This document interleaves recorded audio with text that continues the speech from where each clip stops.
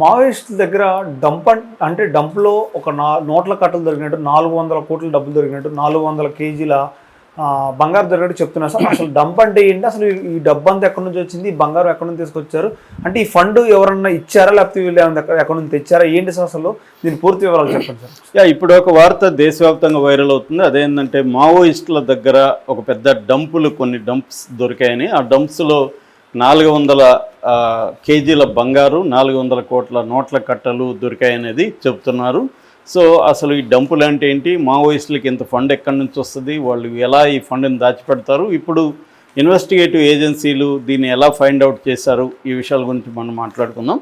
So యాక్చువల్గా ఏంటంటే ఈ ఇయర్ ఆగస్టులో జార్ఖండ్లో People's Liberation Front of India అనే ఒక సంస్థ ఉంది. దాని సభ్యుడు దినేష్ గోపి అనే అతన్ని అరెస్ట్ చేశారు. అరెస్ట్ చేసినప్పుడు ఆయన వాళ్ళ దగ్గర వాళ్ళ భార్య పేరుతో, బంధువుల పేరుతో షెల్ కంపెనీలు పెట్టి ఆ షెల్ కంపెనీలో 20 కోట్ల డబ్బులు పెట్టారనేది పోలీసుల దృష్టికి వచ్చింది. ఈడీ అరెస్ట్ చేసింది ఆయన్ని. సో ఈ 20 కోట్లు ఎవరు అంటే మావోయిస్ట్ పార్టీ ఫండ్ అనేది వాళ్ళ ఇన్వెస్టిగేషన్లో తేలింది. అంటే 20 కోట్లు ఒక షెల్ కంపెనీలో మావోయిస్టుల పార్టీ డబ్బులు ఉన్నట్టుగా ఈ దినేష్ గోపి అరెస్టు సందర్భంగా ఈడీ ఫైండ్ అవుట్ చేసింది. ఇక రెండవది బీజాపూర్లో మూలవాసి బచావో మంచ్ అనే ఒక సంఘం ఉంది. అది కూడా మావోయిస్టులకి అనుబంధ సంఘం. దాన్ని బ్యాన్ కూడా చేశారు. అందులో ఇద్దరు సభ్యులు అరెస్ట్ అయినప్పుడు వాళ్ళు 6 లక్షల బ్యాంకులో డిపాజిట్ చేస్తున్నట్టుగా తెలిసింది. సో ఆ డబ్బును కాన్ఫిస్కేట్ చేసుకున్నారు. అట్లాగే మద్దూరు సంఘటన సమితి అని ఇంకొక సంస్థ వెళ్దే ఉంది. అక్కడ సభ్యులు కూడా కొంతమంది అరెస్ట్ అయ్యి బ్యాంకులో డిపాజిట్లు బయటకు వచ్చాయి. అట్లాగే స్పెషల్ ఏరియా కమిటీ సభ్యుడు ప్రద్యుమ్న శర్మ అనే ఆయన అరెస్ట్ అయినప్పుడు వాళ్ళ బంధువు ఒక అమ్మాయి చెన్నై మెడికల్ కాలేజీలో సీటు కోసం ₹1,13 లక్షలు మావోయిస్ట్ ఫండ్ ఇచ్చినట్టుగా కూడా పోలీసుల దృష్టికి వచ్చింది. ఇలాగా ఇవేమో అరెస్టులు సందర్భంగా వచ్చింది. ఇవి కాకుండా ఇప్పుడు పెద్ద ఎత్తున మావోయిస్టులు ఇటు మల్లోజుల వేణుగోపాలరావు కావచ్చు, తర్వాత ఆసన్న కావచ్చు, ఇలాంటి వాళ్ళు చాలామంది సరెండర్ అయ్యారు. ఈ సందర్భంగా వాళ్ళ నుంచి వచ్చిన ఇన్ఫర్మేషన్ కూడా పోలీసులు ఏంటంటే డంప్స్ ఎక్కడెక్కడ ఉన్నాయంటారు. డంప్ అంటే అర్థం ఏంటంటే మావోయిస్టులు గోల్డ్ని కానీ లేకపోతే నోట్ల కట్టలను కానీ భూమిలో కావచ్చు, లేకపోతే పెద్ద పెద్ద చెట్లు ఉంటాయి అడవిలో, దాంట్లో తొర్రలు అంటాం కదా, తొర్రలు ఉంటాయి, వాటిలో కూడా దాచిపెడతారు. మామూలుగా ఇది వీరప్పన్ కూడా ఇలా దాచిపెట్టేవాడు. వీరప్పన్ కూడా ఏం చేసామంటే డబ్బులన్నింటినీ కట్టల్ని పాలిథిన్ సీట్లలో చేసి దాని చుట్టూ దాని ఏమంటారు పురుగు మందు చల్లి పురుగులు పట్టకుండా, దానికి పురుగులు చెదలు తినేయకుండా పురుగుల మందు చల్లి వాటన్నిటినీ మళ్ళీ టైర్ల ట్యూబుల్లో పెట్టి భూమిలో పాతి పెట్టేవాడు వీరప్పన్ 2004 అక్టోబర్లో చనిపోయినప్పుడు కూడా కొన్ని వేల మంది అడవుల్లోకి పరిగెత్తారు విలేజ్ వాళ్ళు, ఆ డబ్బులు ఏమైనా దొరుకుతాయేమని. అక్కడున్న మఫ్టీ పోలీసులు, ఎస్టీఎఫ్ వాళ్ళు కూడా వెతికారు మొత్తం అడవుల్లో. మరి ఎవరికి ఏం దొరికాయో తెలియదు, కానీ పెద్ద ఎత్తున అప్పుడు వార్త అయిందన్నమాట. అంటే ఈయన దాచిపెట్టిన డబ్బులు మనం తీసుకుందామని వెళ్ళారు. అట్లాగే మావోయిస్టులు కూడా ఏం చేస్తారంటే ఈ డబ్బుల్ని ఫండ్ ఎట్లా కలెక్ట్ చేస్తారంటే 2 రకాలు ఉంటుంది ఫండ్ కలెక్షన్. ఒకటి లెవీ అంటారు. లెవీ అంటే వీళ్ళు పనిచేసే ఏరియాలో వీళ్ళు ట్యాక్స్ విధిస్తారు, పన్ను. అంటే ఒక కంపెనీ ఉంది లేదా ఒక కాంట్రాక్టర్ ఉన్నారు, ఈ కాంట్రాక్టు బ్యాలెన్స్ షీట్ వీళ్ళు చూస్తారు. అంటే ఒక 4-5 ఏళ్ళు బ్యాలెన్స్ షీట్ చూసి వీడికి ఎంత ఆదాయం వస్తుంది ఏంటనేది వాళ్ళ సర్వే చేసి ఆ సర్వేని బేస్ చేసుకొని వాళ్ళకి 2% 3% ట్యాక్స్ను మాకు ట్యాక్స్ కట్టమని చెప్తారు. అంటే వాళ్ళకి 10 లక్షలు వచ్చిందనుకో, వీళ్ళు దాంట్లో ఎంత మాకు ఇవ్వాలి, 2 లక్షలు ఇవ్వాలి, లేకపోతే అట్లా వీళ్ళు ఏదో 10% 20% వీళ్ళు ఇష్టం అలా డిమాండ్ చేస్తారు. కాంట్రాక్టులు వీళ్ళకి ఇవ్వాలి. అట్లాగే ఈ దండకారణ్య ఫారెస్టు అంటే ఇట్లు ఒరిస్సా కావచ్చు, ఆంధ్రప్రదేశ్, తెలంగాణ, ఛత్తీస్గఢ్, జార్ఖండ్, మహారాష్ట్ర, మధ్యప్రదేశ్, ఈ ఏరియాలంతా కూడా అడవుల్లో ఎక్కువగా మనకి కంపెనీస్ ఉంటాయి. వెదురు కానీ, మైనింగ్ కానీ, ఇలా రకరకాల కంపెనీస్ ఉన్నాయి కాబట్టి వాళ్ళకి కూడా వీళ్ళు నోటీసులు ఇస్తారు, మీరు ఇంత ఇవ్వాలి అలా కలెక్ట్ చేస్తారు fund. This is number 1. Number 2 ఏంటంటే సింపథైజర్స్ ఉంటారు, కొంత డబ్బు ఉన్నవాళ్ళు, మిడిల్ క్లాసు, వాళ్ళ దగ్గర కూడా ఫండ్ పార్టీ ఫండ్ అంటారు దాన్ని, పార్టీ ఫండ్ తీసుకుంటారు. So levy and party fund ఈ 2 రకాలు కలెక్ట్ చేస్తారు. సింపథైజర్ దగ్గర వచ్చేది పెద్దగా ఏమి ఉండదు. ఇవాళ అర్బన్లో వీళ్ళకి పెద్ద సింపథైజర్స్ నెట్వర్క్ కూడా పెద్దగా లేదు. మ్యాక్సిమం వీళ్ళు కాంట్రాక్టుల దగ్గర, అక్కడ బడా నాయకుల దగ్గర, లేకపోతే ఫ్యాక్టరీస్ కంపెనీస్ దగ్గర కలెక్ట్ చేస్తారు. ఈ డబ్బుల్ని దాచిపెట్టాలంటే ఏమేమి పద్ధతులు అంటే, ఒకటి నేను ఇందాక చెప్పినట్టుగా భూమిలో ఎక్కడని పెట్టడం, దాన్ని డంప్స్ అని అంటారు.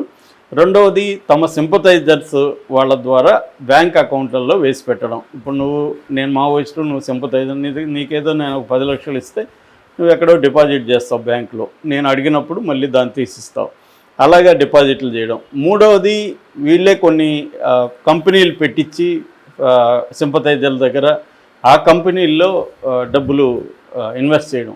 అవేం పెద్దగా పనిచేయవు, కానీ పనిచేస్తున్నట్టు డ్రామా చేస్తూ చిన్న ఆఫీస్ ఓపెన్ చేసి ఇవన్నీ చేస్తూ అది పెద్ద మొత్తంలో పెట్టడం. ఇది బేసిక్గా డబ్బులు దాచుకునే పద్ధతి. రెండవది, డబ్బు ఒక్కొక్కసారి రకరకాలుగా వేస్ట్ అయిపోతుందని చెప్పి చాలాసార్లు డబ్బులు భూమిలో వేస్ట్ అయిపోయినవి కూడా ఉన్నాయి.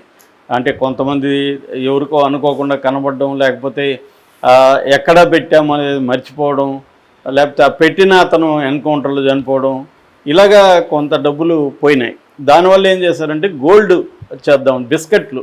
నాకు తెలిసి 20 ఏళ్ళకు ముందే నాకు తెలిసిన ఒక అతను మావోయిస్టు ఒంగోలు దగ్గర బస్సులో పోతుంటే ఆయనకి ఒక సూట్ కేసు ఇచ్చారు. ఒక మావోయిస్టు సూట్ కేసు ఇచ్చి, దీన్ని నువ్వు పలానా దగ్గర ఇవ్వాలన్నాడు. ఈయన కొరియర్ ఆ సూట్ కేసులు ఏముందో కూడా చెప్పలేదు ఈయనకి. కానీ మామూలు జనరల్ తనిఖీల్లో భాగంగా ఈ సూట్ కేసు ఎవరిదంటే పక్కనుండే అతను చెప్పాడు, ఇతందే సార్ అని. ఓపెన్ చేయి అన్నాడు. ఇతని దగ్గర కీ కూడా లేదు. దాంతో డౌట్ వచ్చి వాళ్ళకి పగలు కూడా చూస్తే అందులో 2 గోల్డ్ బిస్కెట్లు ఉన్నాయి. ఇవి ఎక్కడవి అంటే అతను నాకు కూడా తెలియదు, నాకు ఇచ్చిన అతను తెలిసి అతను అరెస్ట్ చేసి జైలు వేశారు. సో అప్పటి నుంచి అంటే టెస్టింగ్ కోసం అప్పుడు చేశారు అన్నమాట. నేను నయం డైరీ సినిమాలో కూడా ఒక సీన్ పెట్టాను, గోల్డ్ బిస్కెట్లు ఒక పార్టీ అతను తెచ్చిస్తాడు, ఆ సీన్ పెట్టాను నేను. అంటే ఎప్పటి నుంచో కూడా గోల్డ్ని బిస్కెట్ల రూపంలో మార్చి డంప్ చేయడం అనేది మావోయిస్ట్ పార్టీ చేస్తుంది. ఎందుకంటే ఇది కొంత సేఫ్ అని, డబ్బుల కంటే కూడా ఇది సేఫ్ అని. సో అలాగా ఇప్పుడు 400 కేజీల బంగారు, 400 కోట్లు దొరికాయి అనేది ఇప్పుడు చెప్తున్నారు. సో ఇలా దాచిపెడతారు అన్నమాట ఈ డబ్బుల్ని. అయితే ఇంత ఫండ్ ఏం చేస్తారని చాలామందికి డౌట్ వస్తుంది. అంటే వ్యక్తులుగా వీళ్ళు ఏమన్నా పోయి ఎంజాయ్ చేస్తారు లైఫ్ని అంటే అదేముండదు. మావోయిస్టులు ఎక్కువగా ఖర్చు పెట్టేది నెంబర్ 1 హెల్త్ మీద పెడతారు. ఎందుకంటే చాలామంది నాయకులకి హెల్త్ సరిగా ఉండదు.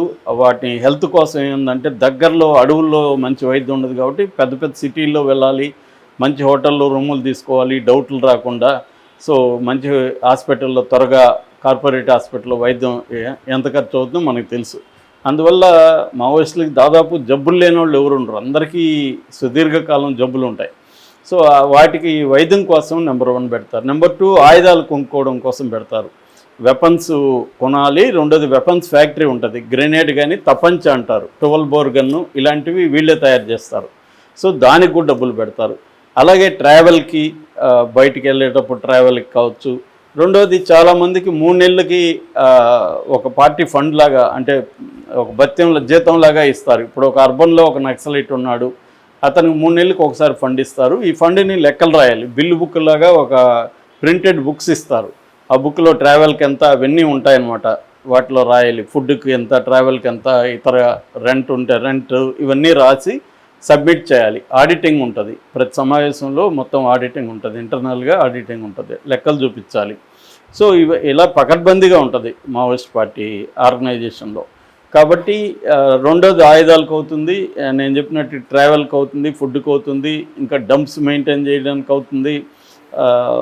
ఇలాగా కొన్ని పర్చేజింగ్స్ అవసరం అయితే బ్యాగులు కావచ్చు, దళాలకు కావాల్సిన వస్తువులు కావచ్చు, వీటికి అవుతుంది. అమ్యునిషన్, బుల్లెట్లు అవి కొనుక్కోవాల్సి వస్తుంది. ఇలాగా వీళ్ళ ఫండ్ అనేది పెడతారు, మిగిలిన దాన్ని డంప్ చేసి పెడతారు. అలాగా ఇప్పటి వరకు ఉన్న డంపులు ఆల్రెడీ మావోయిస్టులు ఫండ్ రాకుండా, చాలా మావోయిస్టులకి ఫండ్ రాకుండా పోలీసులు బాగా కట్టడి చేశారు.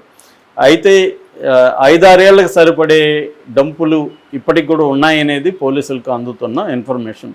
అంటే 5-6 ఏళ్ళు ఫండ్ రాకపోయినా మావోయిస్ట్ పార్టీకి ఏం కాదని. బిగినింగ్లో దోపిడీలు కూడా చేసేవాళ్ళు మావోయిస్ట్, చాలా అర్లీస్లో 80sలో. ఎందుకంటే అప్పుడు ఫండ్ వచ్చేది కాదు, చిన్న చిన్న బ్యాంకులు కానీ లేకపోతే ఎవరైనా రిచ్ పర్సన్స్ కూడా దోపిడీలు చేసి కూడా విప్లవం కోసం ఫండ్ కలెక్ట్ చేయడం అనేది కూడా చెప్పేవాళ్ళు అనమాట ఒకప్పుడు.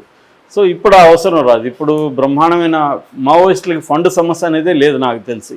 బ్రహ్మాండమైన డబ్బులు మావోయిస్టుల దగ్గర అయితే ఉంటుంది. వీళ్ళు చెప్పింది వాస్తవమే అయి ఉండొచ్చు. 400 కేజీలు 400 కోట్లు మావోయిస్ట్ వాడి దగ్గర ఉండడం అనేది పెద్ద ఆశ్చర్యకరమైన విషయం అయితే కాదు. Thank you.